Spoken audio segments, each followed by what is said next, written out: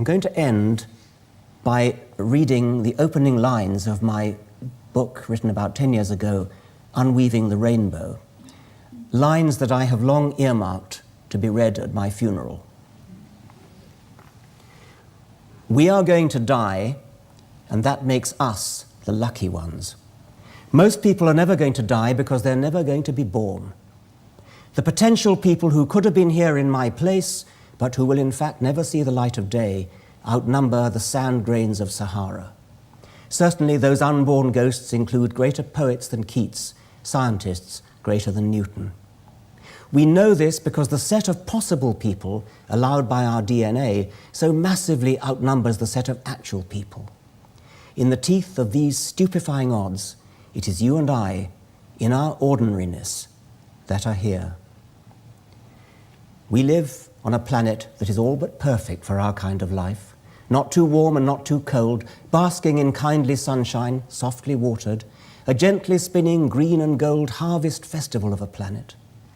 Yes, and alas, there are deserts and slums, there is starvation and racking misery to be found. But take a look at the competition.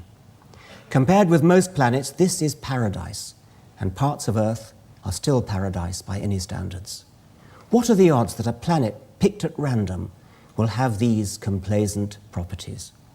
Even the most optimistic calculation will put it at less than 1 in a million.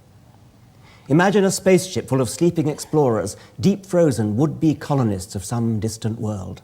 Perhaps the ship is on a forlorn mission to save the species before an unstoppable comet, like the one that killed the dinosaurs, hits the home planet.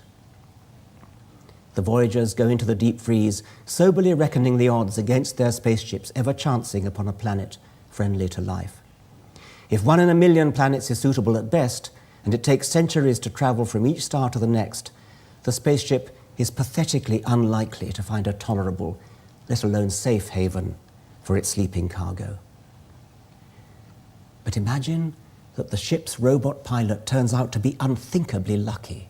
After millions of years, the ship does find a planet capable of sustaining life, a planet of equable temperature, bathed in warm starshine, refreshed by oxygen and water. The passengers, Rip Van Winkles, wake stumbling into the light. After 1 million years of sleep, here is a whole new fertile globe, a lush planet of warm pastures, sparkling streams and waterfalls, a world bountiful with creatures darting through alien green felicity. Our travelers walk entranced, stupefied, unable to believe their unaccustomed senses or their luck. The story asks for too much luck. It would never happen. And yet, isn't it what has happened to each one of us? We have woken after hundreds of millions of years of sleep, defying astronomical odds.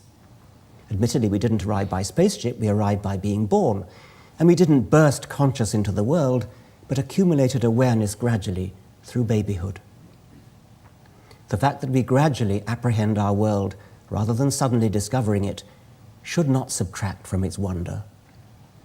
Of course, I'm playing tricks with the idea of luck, putting the cart before the horse. It is no accident that our kind of life finds itself on a planet whose temperature, rainfall, and everything else are exactly right. If the planet was suitable for another kind of life, it is that other kind of life that would have evolved here. But we, as individuals, are still hugely blessed, privileged, and not just privileged to enjoy our planet.